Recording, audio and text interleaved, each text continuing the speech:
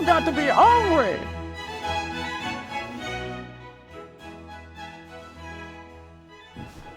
You ready? I am ready. Are you hungry? Take one, nothing but net. Who am I supposed to be looking at, you or the camera? Mainly the camera. Okay, got it. Nothing but net. Nothing but net has to do with net lease retail, which is the structure of the leases that come with retail.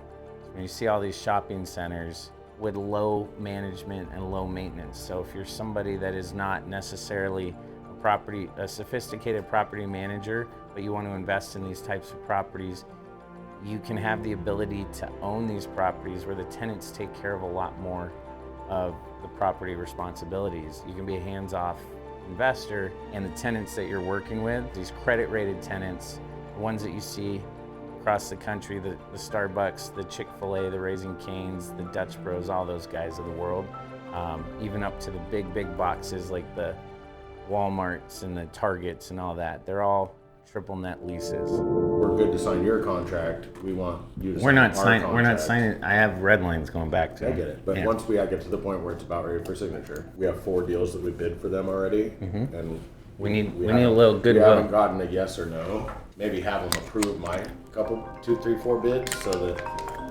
we can kick off the GDE side of things. Yeah, we can talk to Dallin and Nate. My conversation. Lexi, how are you?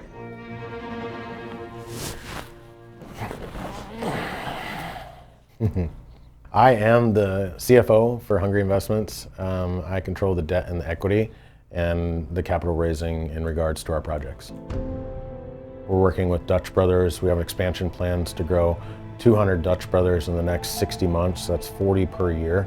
We have 6 currently in escrow right now that we're working on. Swig is another big brand that we're working with in the Carolinas. We want to add 40 Swigs. And then in addition, we also work with Circle K, Cobblestone, Car Wash, a lot of pre-education schools, Kitty Academy, things like that. What I want to do is just go to the title company, get everything signed, notarized. We're going to close on this. The real estate director is like, it should get signed today. And I'm like, should, or can you confirm? She's like, I've never seen us put leases into the queue on Wednesday and have them get pushed or carried over to the next week. So we're just going to go down to the title company. I need to sign everything, get it all notarized. Bryant needs to sign, get it all notarized. We just need to have everything done and with the escrow company so that all we're waiting for is that lease, because you know what happens next week, right? I got a baby coming.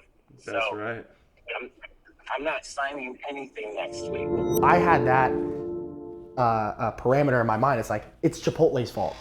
But in reality, we can't control them. The tenant runs the deal. They're the 900-pound gorilla, and if you want to work with them, you work with them on their terms. Otherwise, they'll go find someone else that's willing to work on their terms.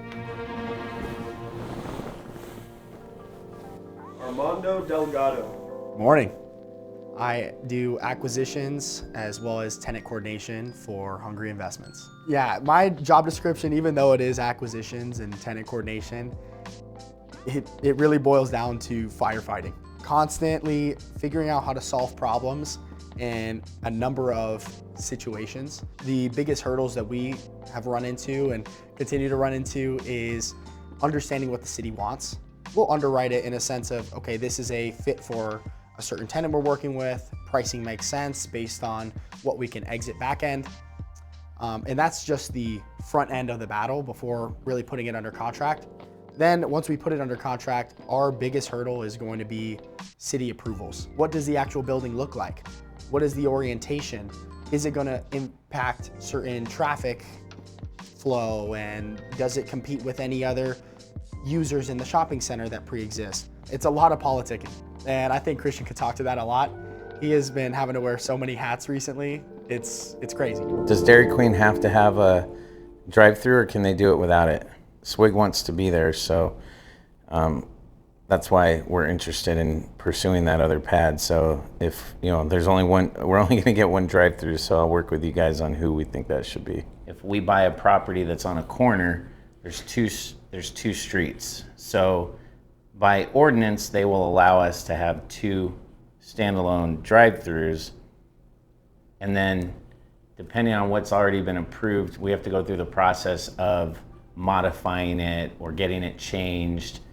Sometimes we can ask for them to do a variance on the code, and there's all kinds of layers and layers of stuff that goes into it. So the bigger the project, the more variances you're typically asking for, because you're trying to create a project that doesn't check all the boxes. Smaller projects can be a little bit easier. There's less comments that come in from the city. There's less things that you have to ask for to change. So it's just, every single one is site dependent, but that's the issue with drive-throughs. A lot of times people ask, what's a zoning attorney do? And I say, I'm your friend at City Hall. And that's why I think a lot of people hire us, because you want to find all the landmines before your money goes hard. You can't back out at that point, or you can back out and you can lose your money. The zoning entitlements, the site infrastructure, the off-site work that's required, the neighbors, the politics, and staff. And all those have a degree of uncertainty in it.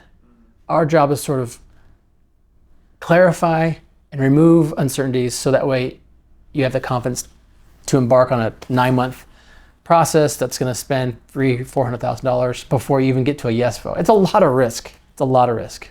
Last week, they have a project they're working on. It's on Pecos and McQueen, and they're trying to take this corner lot and put some kind of retail store. Yeah. And they had this neighborhood meeting, and all the neighbors from within a square mile came by, and they were all objecting to the project. Yeah.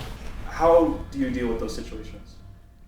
First of all, I'm responsible for the one who sends the letters out. And so it's intentional. We look at that mailing list. Who is the letter going to go to? Are they businesses? Are they owners? Are they both? Is it going to go to the HOA? And how far of a radius is it going to reach? And so when you have these neighbor meetings and you send these letters out and you post the sign of the property and it gets posted online, people are slow to embrace change. And they love the status quo, but when the status quo changes, it freaks them out. And so it doesn't matter what you're proposing, it's different than what they're accustomed to. And so they're gonna fill in the missing parts that they don't know with, I think, some of their fears or worst case scenarios. So like in the situation like that, we tell a story in a way that makes sense. And we help them see the benefits of it and why, as a resident living next to it, they should want and support this type of a project. The best cases start with a personal connection with the mayor, the council member, the city manager, the plan director. You don't want to spend 8 months, $250,000 to end up with a denial. And so we are really strategic and intentional about the strength of those relationships, so I can convert the vacant, blighted infill lot into a shopping center with a drive-through restaurant and some retail pads and a car wash. And so today's empty dirt is tomorrow's neighborhood shopping center. Can we sign them the way that they are, under the guise that everything's good? Because Chipotle's trying to tell Mark and DDO, like, look, this is our fault, it's not theirs. Mm-hmm. And so they're giving him reassurance it's getting signed. So I'm not sure yet. I told him we would send the email if I don't have the lease, but I'll talk to him beforehand. So let's just sign everything as if we're going to fund and close on Monday. We'll get the lease today. If for whatever reason, if he's okay with that and saying, look, if we have it by Monday, we'll close and fund Monday. And we'll just adjust it accordingly. And then I'll have the email so that he acknowledges and I acknowledge that if for whatever reason we need to send you the deposit, we'll take care of it on Monday.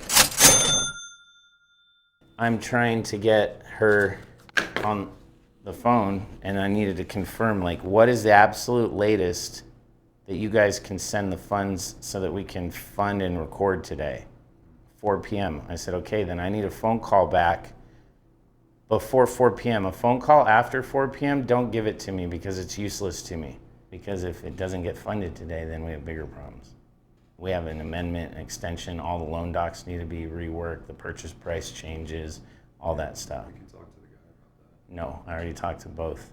They allowed us to not have to send it in on Friday if it was getting funded today. I got a call from the CFO this morning. He's like, if it doesn't get funded today, you need to make sure that you have a wire that shows that that deposit's coming through, or they'll fucking cancel the deal. Every deal has a story.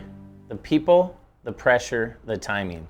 And that's exactly what we're documenting here on Nothing But Net. how these buildings, how these businesses come to life on every corner of your community across the country. This isn't theory, this is reality. Don't forget to like and subscribe to Hungry Investments here on YouTube so you don't miss any future episodes, and to catch all of our other content on commercial real estate, investing, and development.